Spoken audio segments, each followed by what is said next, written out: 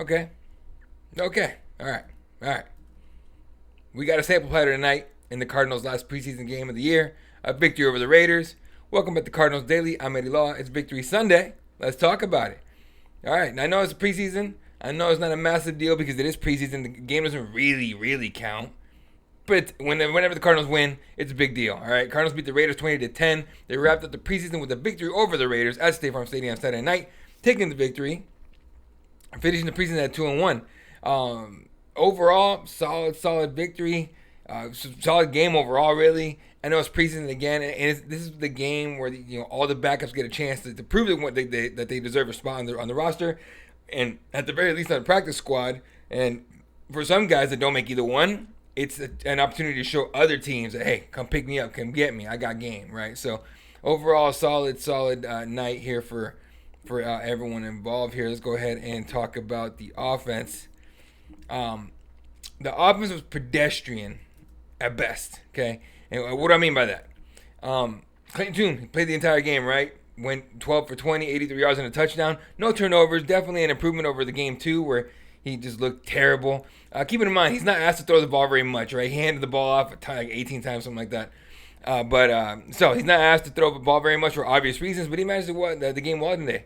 The running backs were the story of the offense, in my opinion, led by Bam Knight. Ran it 5 times for 83 yards and a touchdown. That touchdown run, that was something nice. 67-yard touchdown sprint.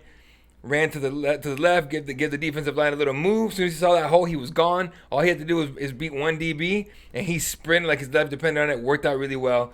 Get himself a score in the preseason. To me, just based off what he did all preseason, he looks like he's a lock to make the roster at this point. Which, of course, we have to figure out who we're going to keep out of. I mean, Connor's a lock. Trey Benson's a lock. In my opinion, Bam Knight's a lock.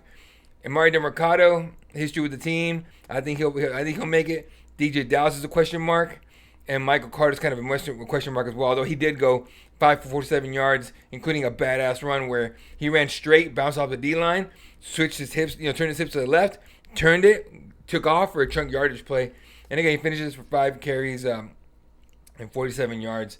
Solid night for him as well. Again, he's not asked to do a whole lot, so not terrible. And of course, I believe, Clayton Tune ran the ball 5 times for 47 yards himself as well, including one where no one was looking at him. They all had their backs to him, and he went ahead and said, "Hey, you gonna give me a run? I'm gonna take it." He took it. Finished it with 47 yards on the night. Mario DeMercado, 7 carries for 21 yards. DJ Dallas, 6 for 11 yards. That's a tough night in the office when you get the ball 6 times for 11 yards. I get it. Most of those design plays were right down the middle, right into the D-line. Not a great thing for DJ Dallas, who, if you've seen him, he's a thick boy. He's a guy that should be able to run get through tackles and all that. He just wasn't able to do it very much tonight. And, didn't get many opportunities, of course. Now, in terms of receiving, when your quarterback only throws the ball 20 times and completes only 12, somebody's going to be hungry, right? So Josiah DeGara caught 1 for 26 yards. Xavier Weaver, 2 for 20. And again, I've been a big Xavier Weaver fan. I was really happy when the Cardinals brought him in out of Colorado in his rookie year. I think he's just slowly getting better and everything. Seems to get his timing right and the chemistry right. And it's going to be hard to break into this top 3, top 5 of the Cardinals receiving core with Marvin Harrison and Greg Dortch and Michael Wilson and all these other guys that are going to be above him. So solid showing for Weaver there. Tijon Palmer, 2 for 12 yards, and Semi Fioka with the lone receiving touchdown. He caught it on one. He caught the one touchdown for 10 yards. Solid. But I would still call it pedestrian because what we need for this defense, for this offense, for this offense is a high flying, high octane, put pressure on the defense type of offense. Guys that will get out there, put points on the board, and move the ball. First downs, everything we need. This whole offense needs to, the synergy needs to be there, right? So again, none of the starters played today. It is what it is. We'll talk about that here in a little bit, but let's go ahead and talk about how the defense showed out, ladies and gentlemen. The defense showed out. All right, they finished with 5 sacks, 6 tackles for a loss, 9 hits on the quarterback, which is, to me, is the most important stat, and 1 recovered fumble. Mikael Walker was busy man tonight. 8 total tackles, 7 of those were solo, and half a sack. Xavier Thomas showed he deserves a roster spot. To me, one of the locks is one of the backups. Is XT. finishing with 2 sacks, 2 tackles for a loss, 5 hits on the quarterback, and a recovered fumble. Will Johnson finished with 1 tackle, and it was a solo one, but it didn't seem like they wanted to test him too much. I'm talking about the Raiders didn't want to test him too much. You don't want to give a guy that should be a superstar in this league too much confidence going in early on. But when you had the quarterbacks that the Raiders have outside of Geno Smith, who did play today and did score a touchdown, but outside of Geno Smith, I mean, Cam Miller was solid. He finished with 12. He went 12 for 24, 102 yards, no turnovers. Got sacked 4 times. Aiden O'Connell was awful as usual, 3 for 4 for 36 yards. Geno Smith only threw the ball 3 times, completed 2 for 26 and a touchdown. Again, this defense held them in place pretty well, and we didn't even play our starters, so not bad at all in terms of the defense here. Chad Ryland went 2 for 2 on field goals. Blake Gillikin 7 punts for 339 yards. A couple bombers too on those. So again, I'm not a huge fan of the punting game, but it is what it is. I will say one thing about one of these plays. I forgot exactly what quarter. I want to say it was the third quarter. It was probably fourth quarter. All right, Clayton Tune gets the ball, 3rd and goal. I believe it was an incomplete pass, right? Actually, and so no, sorry, he got sacked. Fourth and goal. Preseason. Run with it. Let's see what he can do. This is the guy to have a type of play. Let's see if Clayton Tune can have it. They didn't even give him a chance. Chad Ryland came in, kicked a little field goal in there. He was happy about it, great, but I need to see more out of Clayton Tune. And again, if we're fortunate, he won't ever sniff the field, other than maybe like a tush push here and there, which is kind of obvious. If he comes in, they're gonna know what's gonna happen. So, but still, either way, solid game overall for the Arizona Cardinals. Really bummed we didn't see the starters for at least one drive here today. But head coach Jonathan Gannon must feel that they're ready for week 1. I don't share the sentiment, but I've had my heart broken by these Cardinals for at least 20 years now. So I know what happens when you put expectations on these guys. It's something that it will bite you. It will depress you as a fan.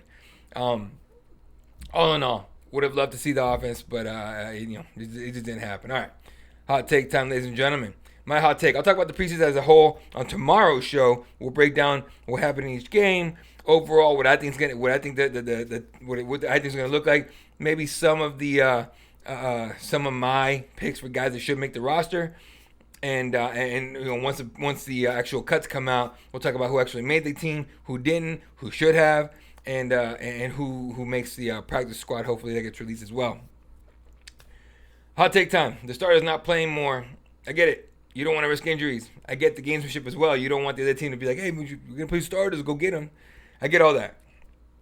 But can anybody say that the Cardinals are ready to go for week 1? I mean, like, honestly, we're super fortunate that we have New Orleans week 1 and they're confused at who their quarterback is. They have Spencer Rattler and a couple other guys, and they're not even sure who's going to start. Like, that's not a bad thing for our defense, honestly, because now you get a couple young guys that have to face our tough defense. They didn't even have to, preseason, they didn't have to face Josh Sweat or Calais Campbell. It's going to be a different D-line and a different defense that shows up on week 1. I think we're going to be able to smack them around a little bit. But whatever one of those young guys plays quarterback that day is going to have a long, long day, in my opinion. So we're kind of like we have the Saints there. So we can actually, that probably will be the game we find out what we have for the most part, right? So there's those quarterbacks with the Saints, they lack experience and they have to face a mean Cardinal defense on game day, so it's gonna be solid. We need to see what Kyler in the offense. We need to see Kyler in the offense come out swinging. We cannot be pedestrian. We cannot be slow. We cannot be afraid, tentative, none of that garbage. Okay, we need to be ready to go. At least show up. At least pretend like you know what you're doing. At least pretend like you have some kind of confidence. We can't go out there and figure it out on the fly. We gotta go, right? Got to get moving. We didn't see much of Kyler, obviously. We only had 2 drives out of him, and it wasn't great. What we're seeing at Broncos, the joint practice with the Broncos, I think it was like last week. Not terrible, not awesome, but not terrible. And so I think JG must have a feel for what he thinks the team's going to look like, and he must be confident enough that he didn't let him play the rest of the preseason. So we'll see what we get here in week 1. It's going to be. I think this year is going to be, well, obviously, look, and we'll talk about this here later in another episode, but it's going to be time for Kyler to put up or shut up, right?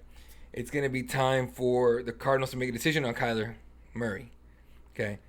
Coming up on his last year of his contract, after next season, I believe.